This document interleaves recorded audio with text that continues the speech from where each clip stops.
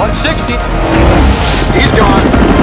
What's up, guys? I know you might be slightly confused because you're like, Max, you got two bikes that run and drive and are streetable, and one that's getting pretty close, so why are we doing vlogs from the truck again?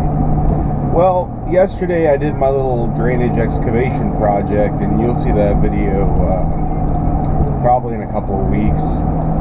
But today I'm actually heading out to the farm, or the ranch. I haven't decided what it is that sounds better if I call it.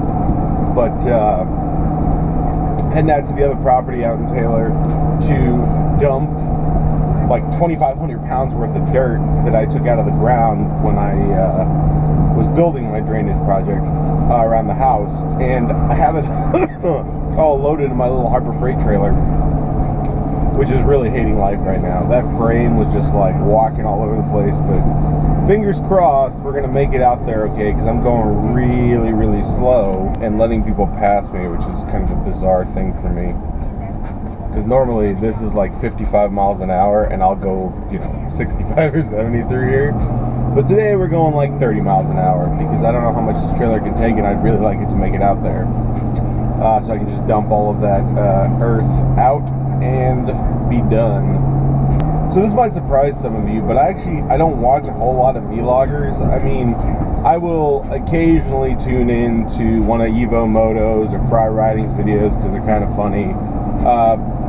Very occasionally a Hunter Honda video, or maybe KW 250, and I almost never watch Motonosity stuff. But those are some of the vloggers that are here in the area. I'll occasionally watch, Baker X Derek or somebody like that that are kind of funny too, or what's his face, Incidental Broadcast or Accidental Broadcast or whatever. That's out in Hawaii. It's just cool to watch him ride around Hawaii on a dirt bike.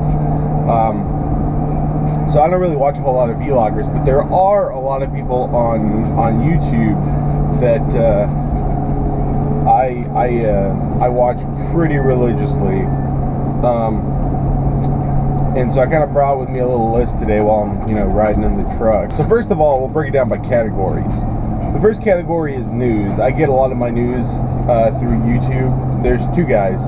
First of all, LastWeekTonight with John Oliver. I don't have cable and I don't really care that much, so I'll just watch it on YouTube when it comes out. I think it comes out like a week later or something like that on YouTube.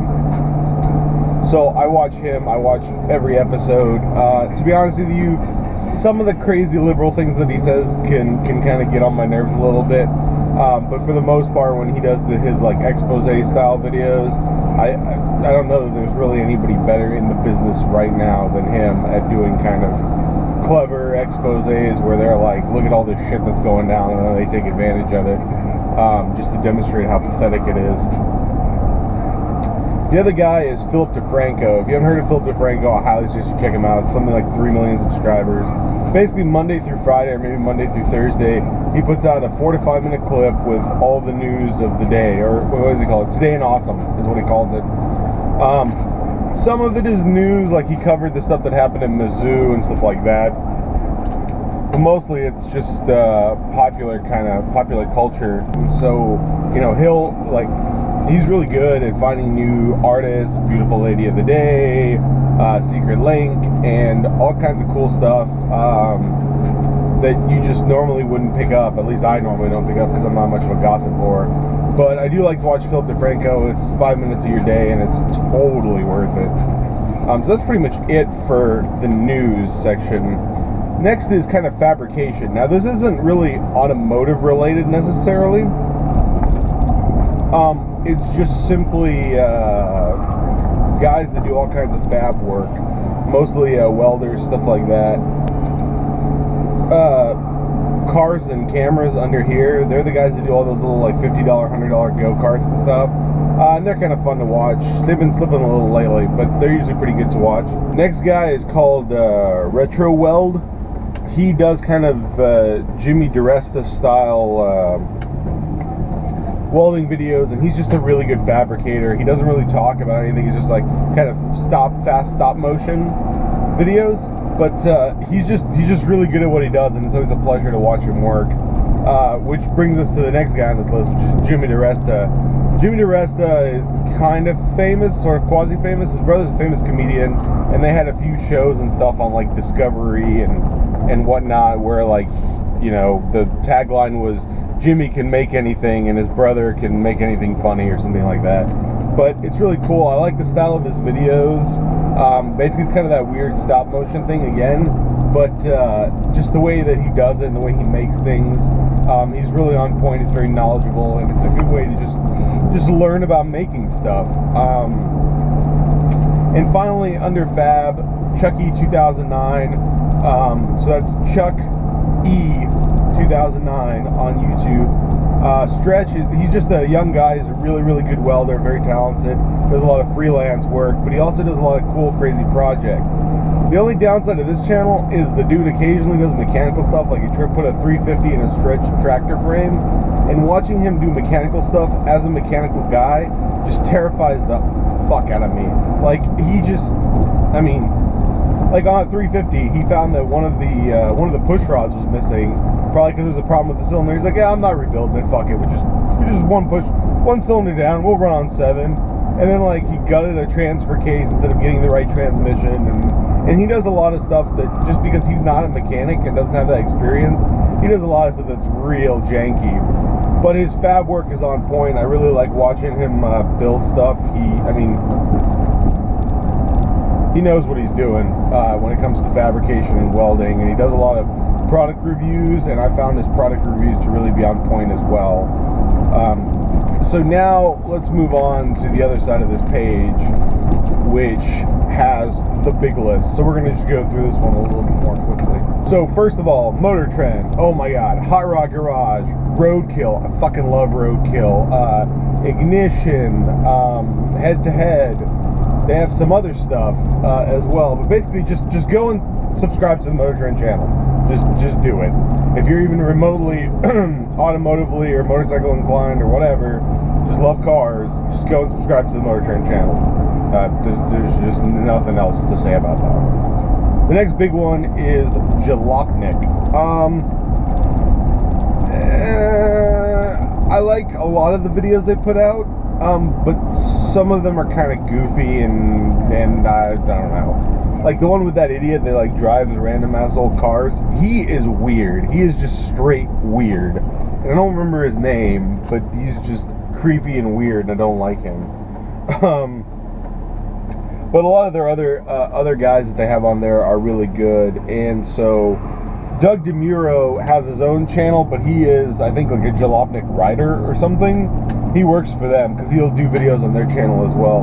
But his individual channel is excellent. He does some really funny stuff. I really like the way he does it. Next up is RegularCarReviews. If you've been living under a rock and don't know what RegularCarReviews, I'm sorry. Go find it, watch his videos. It's kind of weird to watch cars reviewed by a guy who's basically like a heady literature major. But I mean, some of the stuff he talks about is just, I mean, as somebody else who did quite well in humanities and has an appreciation for that sort of thing, I really like his reviews. They're usually very on point. They're not so much reviews of vehicles in terms of, oh, how fast does it go, how hard does it turn, blah blah blah. It's more of a, what was the political and social climate that spawned that vehicle, and why was it relevant then, and why is it relevant now? And it's a little deep for some people, but he's funny and makes fart noises and stuff like that. So pretty much any moron can appreciate him.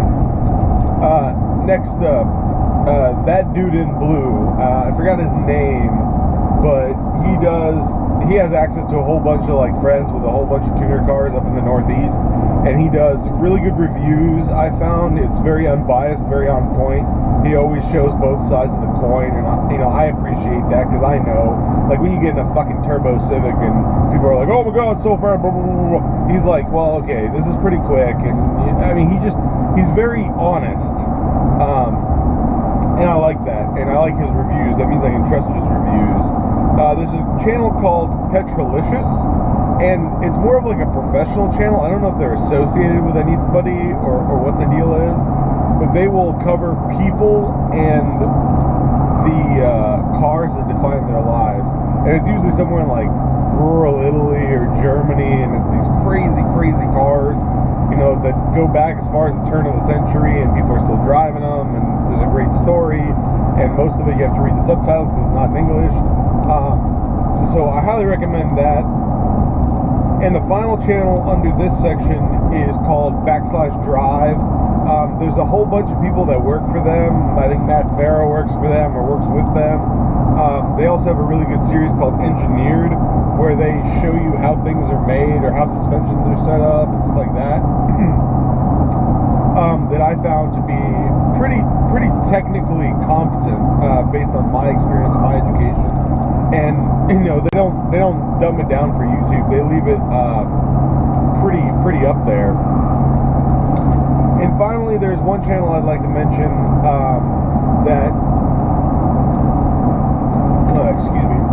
channel I'd like to mention that's mostly just like a rage quit for me. There's a bunch of kids in their college age and they live in a house, so I think it's somewhere in upstate New York or whatever. But they're just the broiest bros of the world, and instead of doing things right, they do things cheaply, and it's just incredible to watch. And they all have like fucking beater ass import cars, and like I can't even describe it to you. Some of the things they do make me rage, but at the same time, it's for me it's entertaining to rage. And so I actually watch a number of their videos, not all of them, but a number of them, just because they're funny, and I make fun of them, and like me and my buddy Matt make fun of them, like as they make videos, and it's just kind of a talking point. So you can check them out as well. I'm gonna go ahead and put a list of everybody I talked about, just the names of the channels, in the description. You can just search YouTube and find them. All of these channels are way bigger than my channels. There's a very good chance that those of you who are watching me already know about some, if not all, of these channels. I highly recommend you subscribe. The other thing that's kind of gonna throw you guys for a loop, the other channel I subscribe to that I watch pretty religiously is Tasty Food. They're the ones that make those little gifts where it's like 30 seconds to make this like amazing thing that you just bought, but aren't actually gonna go out and buy ingredients to make. And so I've actually gone out and bought the ingredients to make some of their stuff, and I'd say it's about a 50% success rate. I'd say about half the stuff I tried to make that I made based on their recipes turned out tasting delicious. The other half kinda had to throw away. And to be fair, that may be a reflection of my cooking skills more than their instructional value, but just thought I'd throw that out there. So that's pretty much all I got for you guys. I got Friday videos booked out all the way out to Christmas, so there's all kinds of cool stuff. We're gonna start working on the Buell today, so that'll get filmed. I did the drainage project, that's coming up. I picked up a Cherry 1991 Katana 1100, and I've been under a lot of stress lately, so I've been kind of rebuilding that without filming stuff, and I'm sorry, but I just needed a little time to myself away from the camera. But I will do a review of that bike once it comes out. So I think that's pretty much it. I'm getting close to getting out to this property here, and as soon as we get out there, I'll turn the camera back on and show you guys the muddy field that I bought. Alright, so we're out here at the property, and they're actually tearing that bridge out, which I need, and putting in a new one. So it'll be 6 months that I have to come back out the back way to get here. But as you can see, they've put up a guardrail and stuff, but what you see is mine. Basically, my property goes out to the middle of the creek, runs all the way down there. See where those trees jet out? That's about the end of the property. Comes all the way around, and I don't know if the camera can catch it or not, but there's a post right over there, and I believe that is actually a marker post, and I think the property comes out right there and then runs back in. What we're gonna do is, by the way, this Harbor Freight trailer, I've had this for years, paid like 300 bucks for it all in. Phenomenal.